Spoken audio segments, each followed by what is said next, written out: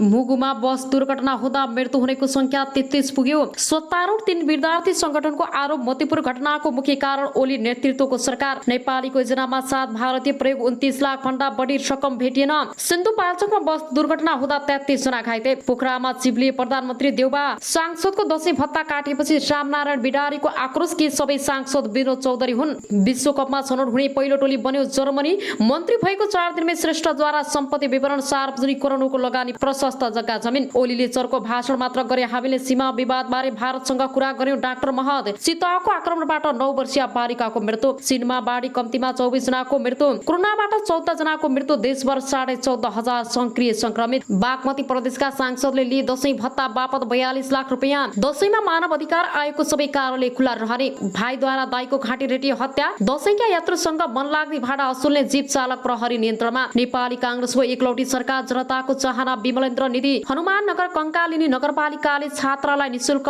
+2 पढाउने। रुसमा विमान दुर्घटना कम्तीमा 24 जनाको मृत्यु। नमस्कार दर्शकबिन, हार्दिक स्वागत छ यहाँहरू सम्पूर्णलाई सपना अनलाइन टिभीमा। हाम्रो मेहनतको लागि एउटा सानो लाइक र च्यानललाई सब्स्क्राइब गरी साथै छेउमा रहेको बेल आइकनलाई दबाई अलमा क्लिक गरेर साथ दिन नबिर्सनु होला। अब आउनुहोस् पुरा समाचारतर्फ लागौं। मुगुमा भएको बस दुर्घटनामा मृत्यु हुनेको संख्या 33 पुगेको छ। 24 जनाको घटनास्थलमै 4 जनाको उद्धार गरी तालचा विमानस्थल पुर्याउने क्रममा र नेपालगञ्ज पुर्याएका थप 4 जनाको मृत्यु भएको कर्णाली प्रदेश प्रहरी कार्यालयका प्रहरी निरीक्षक जीवन लामी छानेले जानकारी दिए। उनका अनुसार दुर्घटनामा गम्भीर घाइते भएका 4 जना उपचारका क्रममा बाँकीको नेपालगञ्ज मृत्यु भएपछि मृतकको संख्या 32 पुगेको हो। उपचारको लागि पठाइएका 16 जना घाइते मध्येबाट 4 जनाको मृत्यु भएको उनले बताए। 24 जना घटनास्थलमा र अरु थप 4 जनालाई एयरपोर्ट पुर्याउँदै मृत्यु भयो। बाँकी घाइते 16 जनालाई हामीले नेपालगञ्ज र कोहलपुर पठाएका थियौं। थप 4 जनाको उपचारको क्रममा मृत्यु भएको खबर आएको छ। उनले भने घटनास्थलमा मृत्यु भएका मध्ये 16 जना पुरुष, 7 जना महिला र 1 जना बालक छन्। नेपालगञ्जमा अहिले 12 जनाको उपचार भइरहेको प्रहरीले जनाएको छ। 3 जना गाडीबाट हाम फालेको र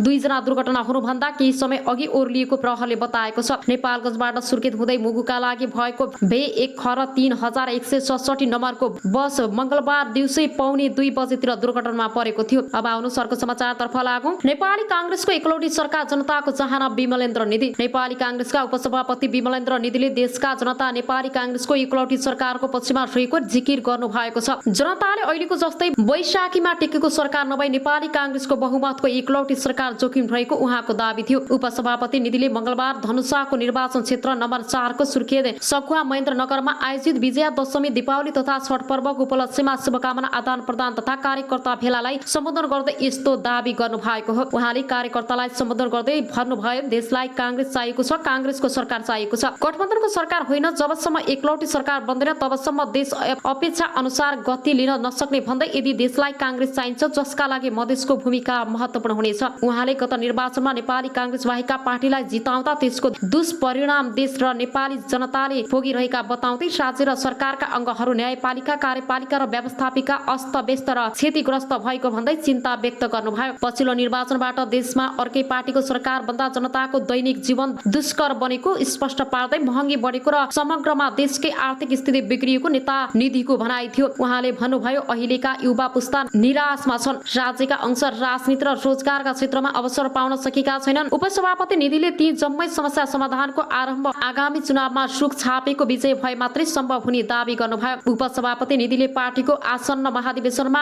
आफूलाई सभापति उम्मेदवारका रूपमा प्रस्तुत गरेको भन्दै महाधिवेशनमा समर्थन र सहयोग गर्न कार्यकर्तालाई आग्रह गर्नुभयो। उपसभापति निधिले कार्यकर्ताहरूका बीच मतभेद भए पनि मतभेदको स्थिति नल्याउन आग्रह गर्दै ओडादेखि प्रदेश तहको सबै अधिवेशन सहमति माग गरेर अगाडि बढ्न भेलामा उपस्थित नेता कार्यकर्तालाई आग्रह समेत गर्नुभयो। अब आउनु सरको समाचारतर्फ लागौं। मन्त्री भएको 4 दिनमै श्रेष्ठद्वारा सम्पत्ति विवरण सार्वजनिक करोडौँको लगानी प्रशस्त जग्गा जमिन। श्रम रोजगार तथा सामाजिक सुरक्षा मन्त्री कृष्ण कुमार श्रेष्ठ किसानले आफ्नो सम्पत्ति विवरण सार्वजनिक गरेका छन्। मन्त्रीमा नियुक्ति भएको 4 दिनमै श्रेष्ठले सम्पत्ति विवरण सार्वजनिक गरेका हुन्। नेपालमा सार्वजनिक पद धारणा गरेको व्यक्तिले 60 दिनभित्र सम्पत्ति विवरण सार्वजनिक गर्नुपर्ने व्यवस्था छ। उनले सार्वजनिक गरेको जग्गा विवरणमा काठमाडौँका 3 स्थानमा आफ्नो जग्गा रहेको उल्लेख छ। काठमाडौँ महानगरपालिका 9 का किता नम्बर 114 क्षेत्रमा र खरिद मूल्य 47,77,266 रुपैयाँ 900 पैसा रहेको उल्लेख छ। यस्तै काठमाडौँ 3 का किता नम्बर 108 र 4029.14 क्षेत्रमा र खरिद मूल्य 39 लाख रुपैयाँ रहेको छ भने काठमाडौँ 1 मा किता नम्बर 1442 र 2442 र 2227 र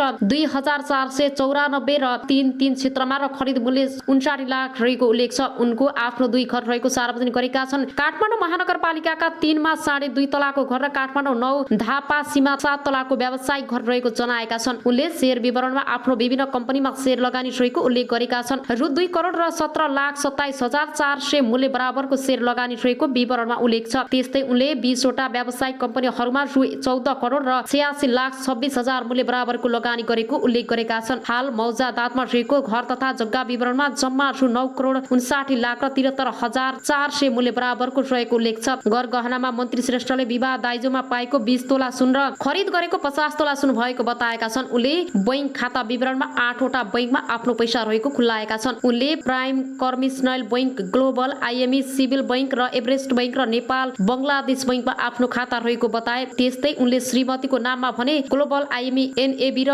नोबेल बैंकमा खाता रहेको उल्लेख छ। श्रेष्ठ नेकपा एकीकृत समाजवादी पार्टीका केन्द्रीय सदस्य समेत हुन्। अब आउनु सरको समाचारतर्फ लागौं। भ्रष्टाचारको अखण्ड सबै पदाधिकारी विवादित भएका छन्।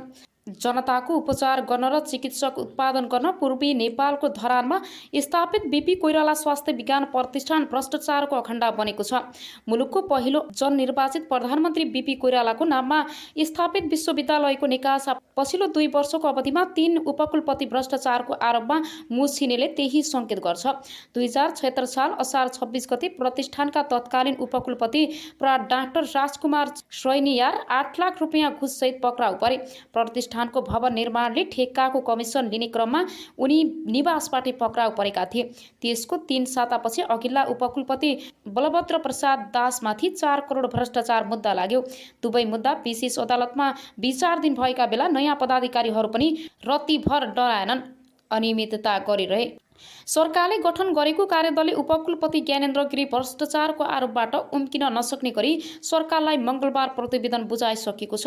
अख्तियारले गम्भीर रूपमा छानबिन गर्ने हो भने अहिलेका उपकुलपति गिरी सहितका पदाधिकारी जोडिने ठाउँ नै छैन। कार्यदलका एक सदस्यले अनलाइन खबरसँग भने राजनीतिको आडमा नियुक्ति भएपछि मलाई जे गर्न पछि छुट हुन्छ भन्ने सोचले यस्तो अवस्थामा पुर्याएको हो। उनी आफू त बदनाम भए संस्था समेत खराएसी बनाए। स्त्री रोग विशेषज्ञ समेत रहेका प्र डाक्टर मोहन चन्द्र रेग्मी फिस्टुलालाई रोग विशेषज्ञ हुन विशेषज्ञहरूको समुदायमा उनी राम्रा प्राचीन व्यक्तिको रूपमा चिनिन्छन्। बीपी कोइराला स्वास्थ्य विज्ञान प्रतिष्ठानमा कार्यरत रहेका उनलाई कता कता कार्यकारी र व्यवस्थापनका पदमा जाने महत्त्वाकांक्षा बढ्यो। प्रतिष्ठानका उपकुलपति डाक्टर ज्ञानेन्द्र गिरीसँग हिमचिम बढाएका उनले सुरुमा अस्पतालका निर्देशकको पद ताकेका थिए। अस्पतालका निर्देशक गौरी शङ्कर शाह आफैमा योग्य नभएको जानकारहरू बताउँछन्। उपकुलपति गिरीको साथमा शाहलाई पदमुक्त गरेर अस्पताल निर्देशक पदमा जाने रेग्मीको प्रयास सफल हुन सकेनन्, तर त्योभन्दा माथिल्लो रजिस्टर बन्न सफल भए। सुरुमा उपकुलपतिसँग मिलेर काम गर्नुभयो, पछि अधिकारहरू नदिएपछि विरोधमा उत्रिनु भयो। प्रतिष्ठान स्रोतले भन्यो त्यत्रो राम्रो छवि बनाएको मान्छे बेकारमा अनियमितता र जालझेलको मतियारको रूपमा मुछिनु भयो। अहिले अख्तियारमा रेग्मीमाथि समेत छानबिन चलिरहेको छ। प्रतिष्ठानका उपकुलपति ज्ञानेन्द्र गिरीको किस्सा अझै रोचक छ। लामो समय कोशी अञ्चल अस्पताल विराटनगरका काम गरेका गिरीले सेवाकालको अन्तराधीर सुनिल शर्माहरूसँग मिलेर नोभेल मेडिकल कलेज खोलेर संस्थापक अध्ययन पनि भए। शर्माको समूहले चेपुवामा पारेपछि उनी कौडीको भावमा शेयर बेच्ने बाध्य भए। त्यसपछि गिरीले अख्तियारका तत्कालीन प्रमुख लोकमान सिंह कार्कीका नातेदारसँग मिलेर विराट मेडिकल कलेज खोले। लोकमानको शक्तिको आडमा विराट मेडिकल कलेजले काठमाडौँ विश्वविद्यालयबाट विस्तारित कार्यक्रममा नाममा सम्बन्ध पारियो। गिरी काङ्ग्रेस नेता शेखर कोइरालाका नजिकका कार्यकर्ता थिए। प्रतिनिधि सभा निर्वाचन 2074मा काङ्ग्रेसले सुनिल शर्मा मोरङ 3मा उम्मेदवार बनाएपछि गिरी कोइरालासँग मिचिए। आफ्नो पुरानो पद्धतिलाई टिकट दिएको झोकमा उनले सुनिल शर्माका प्रतिस्पर्धा उम्मेदवार बनेका नेकपा एमाले नेता भानुभक्त ढकाललाई निर्वाचनमा सघाए। त्यति बेला गिरीले ढकाललाई सबै रूपमा सहयोग गरेको जानकारहरू बताउँछन्। वाम गठबन्धनको सरकार बन्यो। तत्कालीन प्रधानमन्त्री केपी शर्मा ओलीले ढकाललाई 28 साउन 2074मा कानुन मन्त्री बनाए, तर 4 मङ्सिर 2076मा ढकाल स्वास्थ्यमा आएपछि चुनावमा गरेको सहयोगको गुण तिर्नै गिरीलाई प्रतिष्ठानको उपकुलपति बनाएका थिए। राजनीतिको आडमा पदमा पुगेका उपकुलपति गिरीले प्रतिष्ठानमा मनोमानी गर्न थाले। उनलाई कुनै शक्ति प्राज्ञिक र आर्थिक अनुशासन जरुरी थिएन। आफ्नो समर्थन गर्ने ठानेर उनले विश्वविद्यालयमा कार्यरत डाक्टर महेश चन्द्र रेग्मीलाई रजिस्ट्रारमा नियुक्त गर्न स्वास्थ्य मन्त्री ढकाललाई सिफारिस गरे र नियुक्ति पनि दिए। उनी अहिले प्राध्यापक पद जबरजस्ती लिएको आरोपमा फँसेका छन्।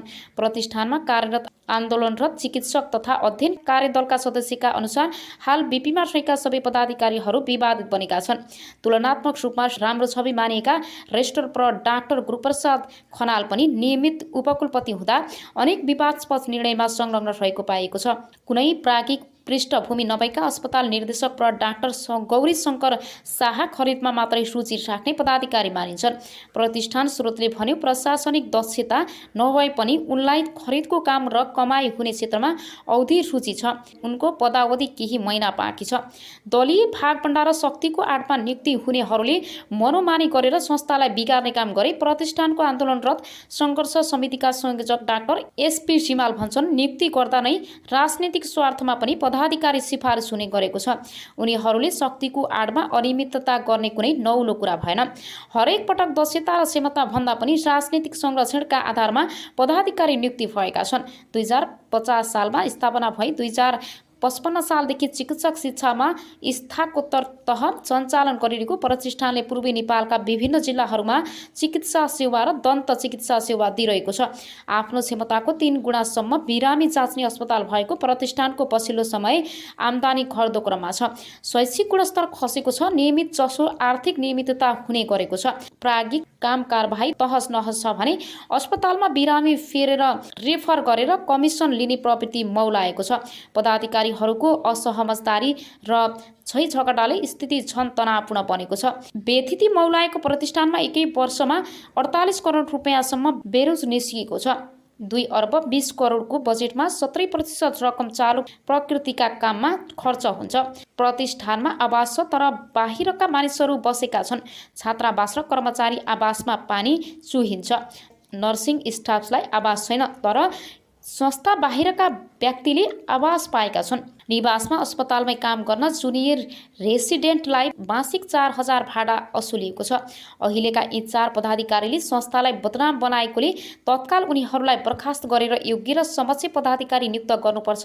एक सिनेटरले अनलाइन खबरसँग भने नत्र आफै जनचेतनाको नाममा स्थापित स्वास्थ्य निकायको अवस्था बेहाल हुँदा सत्तारूढ दल मूक दर्शक हुने